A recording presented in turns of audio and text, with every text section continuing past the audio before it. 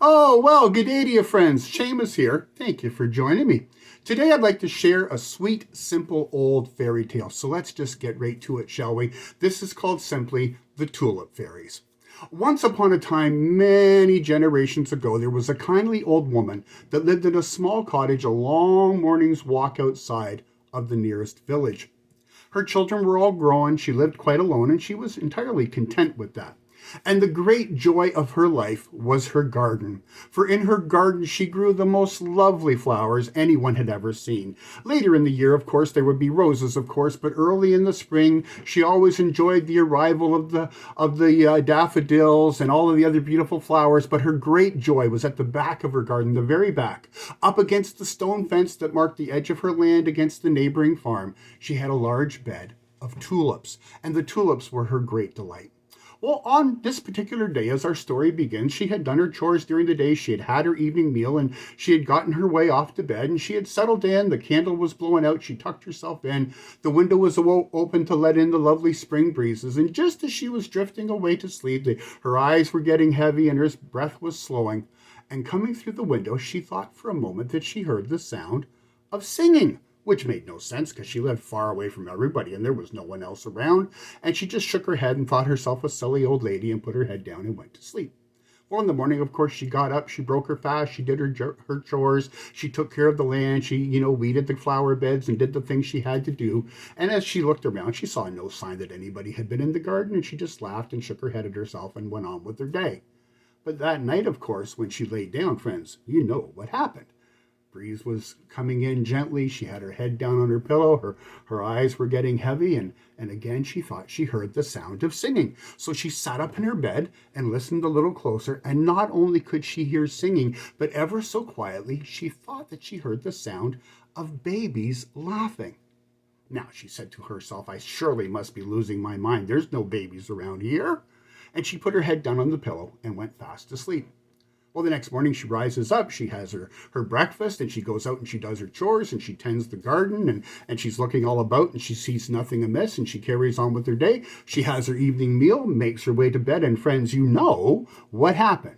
For on this third night, she had trouble getting to sleep. She was waiting for the sound of the singing. She was curious. Was it all just in her mind, or was there actually singing on the springtime breezes? And as she sat there on the edge of the bed, sure enough, the breezes came wafting through her open window, kissed her delicately on her cheek, and on the breeze she heard the sound of the most delightful, quiet singing she had ever heard. And yes, indeed, underneath the singing, she heard the sound of babies' laughter. And that night, she could no longer do nothing about it. She stood up from her bed, she stepped into her shoes, she put on her robe, and as quietly as she could, she passed through her darkened cottage, out the back door into the garden. And walking softly, ever so quietly, she made her way back to the stone wall that marked her property, and she followed the wall along to the edge of the tulip beds. And there, scrunching down into the deep shadow of the wall, she looked at the tulips, and she looked ever closer and even closer some more, and she was amazed to see there in her tulip beds, standing beside the stem of every tulip that was in bloom, was a tiny little fairy. And as she watched, she realized that the fairies were singing, and the laughter seemed to come from the cup of the flower itself wafting in the breeze. And as she leaned in a little closer to look, she saw one of those little fairy mothers reach up and pinch the top of the petals of the tulip, and pulling it down, it showed that inside the tulip cup, in the flower itself, was a tiny wee fairy baby giggling happily at the sound of its mother's song. Well, the old woman knew that she had stepped into the midst of something absolutely magical, and she wanted to bring no harm to her fairy friends. So, as quietly as she could, she backed away from the tulip bed, and keeping to the shadows, she made her way back to the door of her cottage, kicked off her shoes, and set down her robe, and settled herself into her bed for sleep. That night, something changed in her thinking. And from that day forward, she never plucked another flower from her garden. She never lifted up a lovely bouquet of tulips. She never plucked she wouldn't even take away a dandelion. She loved the flowers so much more, and she left them to her fairy friends. Well, of course, the seasons passed and the years passed, and the time came, of course, that one year during the midst of winter, the neighbors noticed that the snow had not been swept away from the dear old lady's doorway. and there was no smoke coming from her chimney.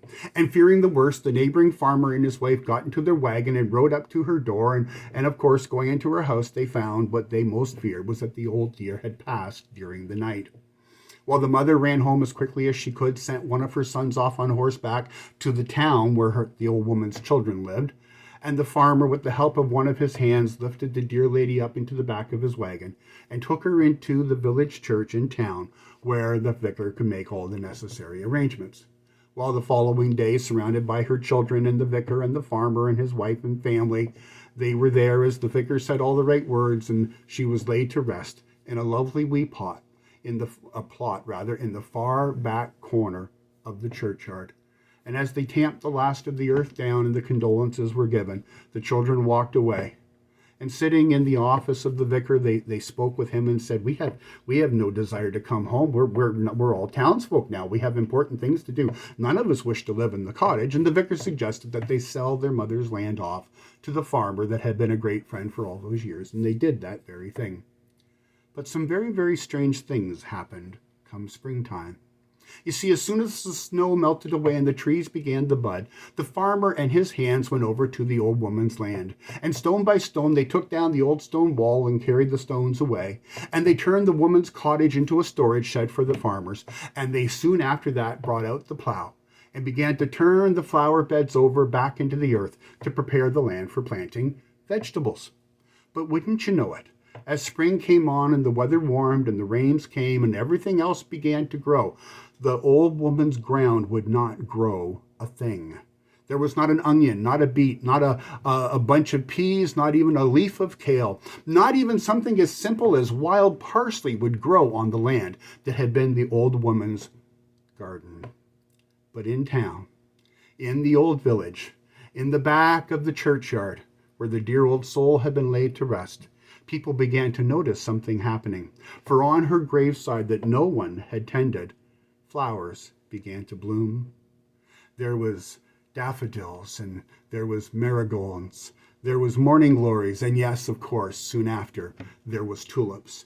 And these flowers had the strongest stems and the most beautiful colors that anyone had ever seen. And when anyone thought about the fact that no one had planted any flowers, they just arrived, they knew that the old woman did love her flower beds.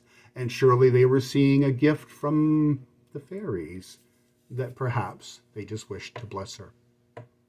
Soon after, the vicar began to realize that on nights where he stayed especially late, he would sometimes make his way through the graveyard on the way home. And on more than one occasion, he had to shake his head and ask himself why he was hearing singing in the graveyard, and why every once in a while he thought sure that he was hearing the sound of babies laughing. You see, that dear old lady may have been laid to rest, but the fairies and the fairies' wee babies, well, of course, they lived happily ever after. I do thank you for joining me today, friends. I'll be back in a week and a half or so with another story, perhaps something more feisty next time. In the meantime, please take good care of yourselves. If you would like to leave a little tip, there's a thing down below. Hit the like and click the bell and subscribe, and there's a buy me a coffee thing if you'd like to give me a wee treat. But most importantly, friends, just take good care of yourselves and of each other. And until I see you again, be kind. Cheers.